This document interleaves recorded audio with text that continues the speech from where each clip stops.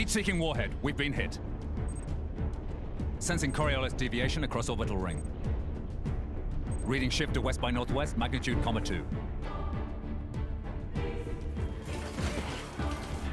Correcting tower balance. Releasing anchor bolt 127 through 214.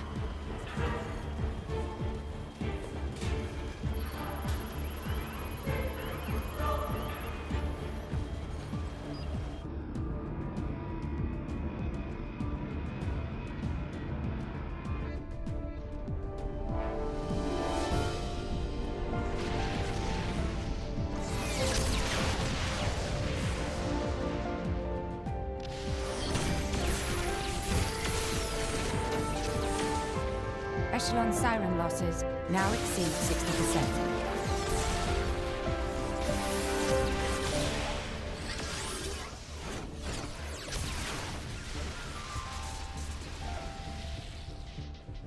Director, the Beanstalk cannot hold. The Saviorite rebels are very close to capturing it.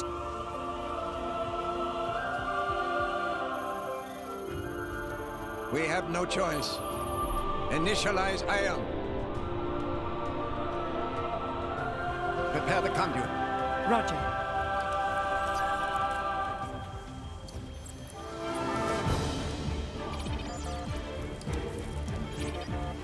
Director, the conduit's authorization has failed. How come?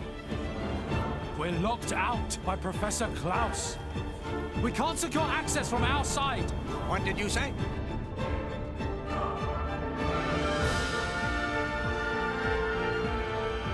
Trinity processes sync rate at 96%. That should be good enough. Let's begin the experiment.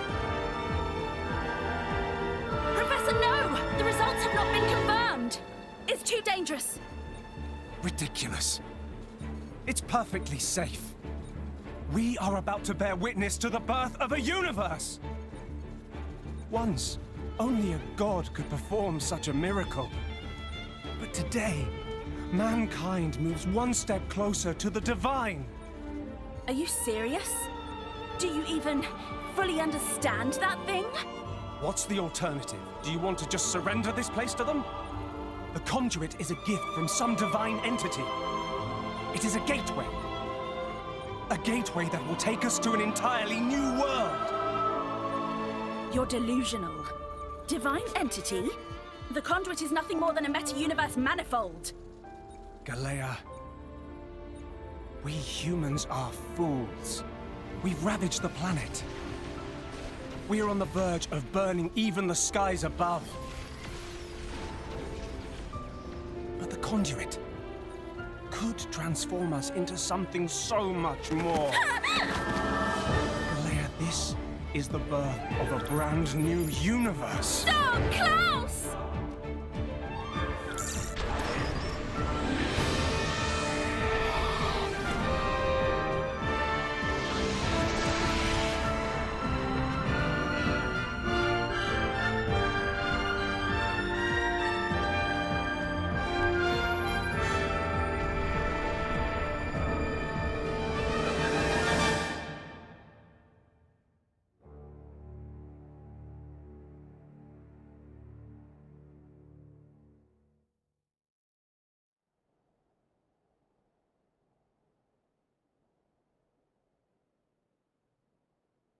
Fools, indeed. The time has come.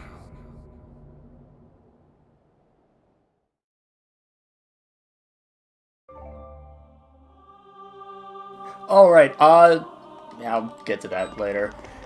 Hey, welcome back to more Xenoblade Chronicles 2. I'm SlayerMathis, and last time, we saw the end of both Jin and Amalthus. Apparently Amalthus was so far down that we die if we jump in the hole there. And this time, Careless before. we'll be moving on Next a little time, bit further. Don't get distracted. Now, right now, Rex has a bit of a unique thing to him. If he has both Pyra and Nia at max affinity, and then it uses a level 4 special, I think with either of them, It might only be activated with Nia. But he will use a special level 4 special, which I realize now I should probably get the stats up for. Because, yeah, it's a new move, and again, I kind of just forgore. Give me a moment to actually grab that. Just a moment.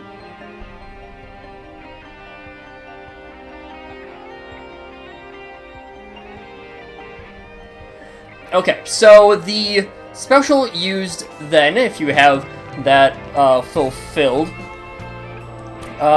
it will be a 1500 damage ratio attack with 2 hits, a decent bit of range. It's no AoE though, and will restore 50% of damage dealt to the entire party, which means you'll basically get a full heal. Very nice! One thing that I really love about this series is that, like, you don't really think about it much, but, like, the game happens because someone nuked reality so hard that he created multiple universes, and we'll get a little bit more into that later on, but for now, Jack's gotta go and climb the beanstalk.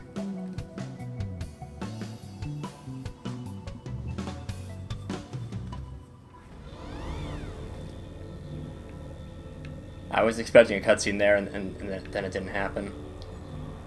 But as we slowly climb to a halt, you have reached your destination.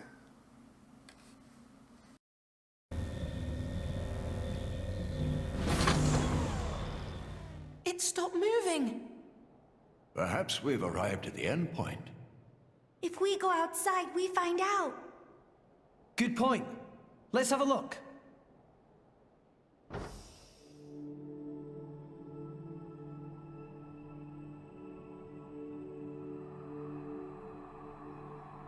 Look up. The stars, they're close enough to touch. The other view is quite something too. Look at the cloud sea all the way down there. So this is the top of the World Tree. Ah, that sound. Huh? What is that? It's Elysium. Elysium.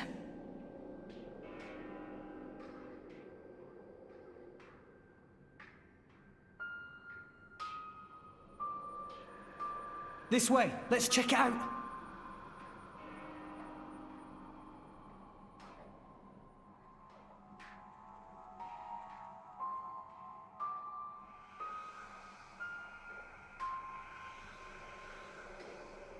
It's been a while, Father. Logos. Is that my real name? What's it mean? Logos. It has no meaning. All it represents is the ego of those who named you. How many years has it been? I forget. It has been far too long. You know why I'm here, don't you? I know it all. All that you experience is passed on to me here. Then, let's get straight to the point. Huh? No need to rush, my child. I'm fading. I'll be gone soon enough. Is that right? Then I'll take it all. Do as you wish. If you believe that is your role. Is that choice really mine? Answer me. This is what I came to hear. It is a choice you made together. good answer. Thanks for creating me.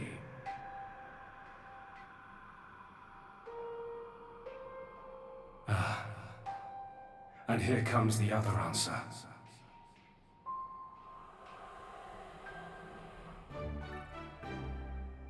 Now, I thought the world tree was pretty cool, but maybe not super impressive. The seventh, the first low orbit station, I believe is what it's called? Yeah, first low orbit station. This is such a cool area to me. Because, again, I feel like this is probably the best that the entire series does with this almost alien feel that's very different from everything else. I mean, obviously, Xenoblade's not a high fantasy series. Well, kind of. Depend. Like, it's not your traditional, like, medieval fantasy. Obviously, it has some elements of that, but there's always been, you know, guns have been involved from the beginning, for example. And, you know, robots are very involved, but this was really different. Like, this is a point where it becomes kind of toes the line between sci-fi and fantasy. I still would call Xenoblade a fantasy series, but we still have the station here, the first low orbit station, which, again, such a fantastic area that is so weird. It's so out of place, and in the best way possible. You know, we have, obviously, the view of the world down below, the clouds all down there, I mean, we rose high above the cloud sea, so obviously, we're so far above it, we went down below it, not even 20 episodes ago. Now we're up above it, and it's this very weird area. I mean, we also have, down here, this seems almost like, it's almost like an airport, more than anything. You have, your little lobby right here, you have, escalators going up, and obviously they're not going to be mentioned because the characters don't know what the hell this is all about. But the little snippet of, that you get at the end of Future Redeemed, I forget what does he ever even have a name? I'm not sure. It might just be it might be the original study, I'm not sure. I don't remember. But that little snippet of this very, obviously it's still sci-fi, but this mundane thing in a world that is usually much more fantastical. And the low orbit station does that so well, and I mean, if I'm remembering, I don't think it keeps it up the entire time, because that is a very difficult vibe to keep up the entire time. And could be even a little bit uninteresting, potentially. But this, again, the Xenoblade 2, when it hits so hard, and this is, again, the late game, I think, is probably where it hits best. I mean, again, the world tree is maybe a little bit meh. I still think it's a bit better than, Origin, but it's the story leading up to this point, again, and of course I have my issues with the Master Driver, for example, but just the ending of this game is so weird because, again, like, it's a lot of stuff that we, as, the human players, relatively know what's going on, but the characters, they don't have a clue what this is all about. They, this is stuff that they've never seen before.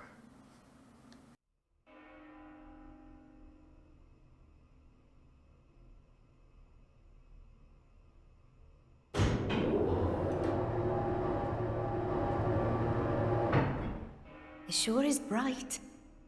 Yeah, it's right through here. I'm sure of it. We've almost reached Elysium.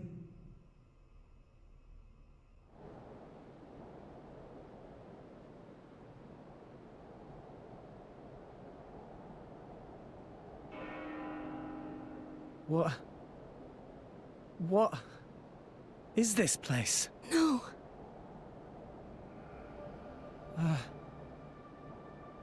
Can this place really be Elysium? Where's the greenery? The water? Birdsong? There's nothing! Nothing here at all!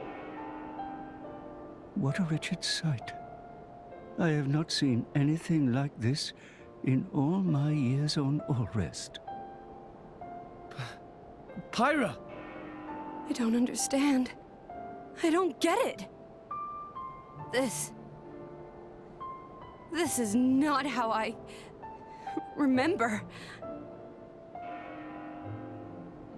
That bell sound must be coming from somewhere. Is someone here? Over there. Poppy detected one big thing, kind of like building, over that direction. Sound seemed like it come from there. That building, eh? Then there's no point hanging around here. Yeah. Only one way to find out. Let's go, Rex. Alright. It might still be okay. Maybe it's just this bit that's destroyed. There's bound to be something over that way.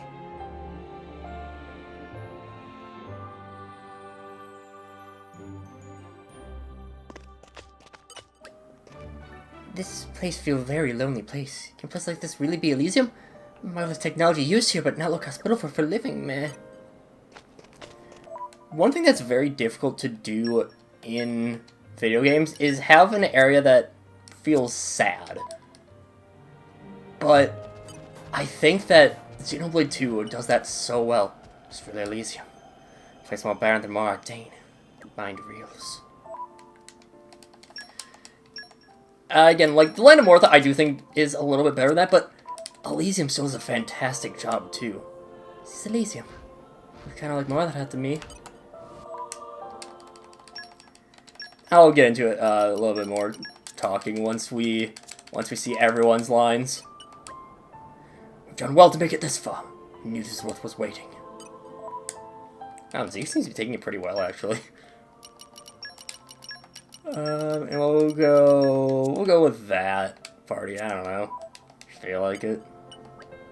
So this is Elysium. No respawn right now. Let's keep moving. Something that, again, I feel like is very, very difficult to do in any sort of game is to have areas that give off more mellow vibes, more, like, you can have your horror areas, you know, and that's not really what this is going for. I mean, I'm thinking of, like, the collector ship in 2, or Horizon in Mass Effect 3. Mass Effect, I should have specified. But, like, it's so rare to have areas that feel sad, that feel almost hopeless, and Xenoblade does it twice in such a short span, and it nails it both times. Land of Mortha is, it's a very plain reason why it's sad. You know, you have this ruined, this massive cityscape that's been destroyed. You have what remnants there are of humans still roaming around trying to find something. And it's this constant state of decay, this state of loss, this state of there's so much that should be here. There's so much that should be, you know what Mortha is supposed to be, but something's destroyed it. But Elysium feels empty. Well, Mortha has this sense of, there should be more, where is everything else? You don't really get that in Elysium. You see exactly what it's become. You see that it's just destroyed. That this idyllic scenery is just barren. Whatever happened with, that scene that we saw from the beginning of this episode, whatever happened really went wrong. And everything here should be perfect. It's Elysium. It's, it's a good place to live. It's so much that it should be, and it just isn't. It's destroyed. It's barren. There's, again, like Rex said, you have this the entire time, you know, you're very early on, you see the scene of Elysium, this green field, and you know, you're looking for that the entire time. You see it multiple times with Pyro and Mithra, you see it with Adam, you see it with Rex, you see it so often that Elysium is this green place. And then we get here, and it's destroyed. It's gray, well, not gray, it's more of it's clay red. But you get to Elysium, and it sucks the life out of you. You've been expecting this lush scenery, and instead what you get is a whole load of nothing. There's no enemies in Elysium. There's a couple of collectibles, because obviously you gotta incentivize exploring somehow. But there's you know, there's no enemies here. There's collectibles, there's things to find. Come out. But the music even is quiet. Well, Land of Moritha is, again, a very reserved piece. It's also not really that, well, especially in comparison, it's not that subdued. And having an area like this, you know, that can have an, you know, that really fits having an area theme like this, that's so slow, that's so contemplative, that's so, again, I'll use different words, so somber. I think I used somber already in this episode. But it's something that you can't really see in any game, and again, this is why I say that when Xenoblade hits, or when Xenoblade 2 hits, it hits so well. Because I honestly think that Elysium is like one of the perfect, you know, it is almost a perfect area in video games. Obviously, you can't have every area be like this. There's, you know, time and place to have somewhere like Elysium. There's somewhere, you know, this is only something that can work in this context, you know, where you've been hoping for it this entire time, and you get here and it's, again, everything is not what it should be. And, again, it's something that can only work in this game, and it's something that they nail in this game. How we do have all of this, you know, this subdued feeling. You know, the music here is fantastic. I don't, because I actually might be, I think I'm forgetting. I believe this is a different theme. Let me check my my OST, because I have it on list. Because the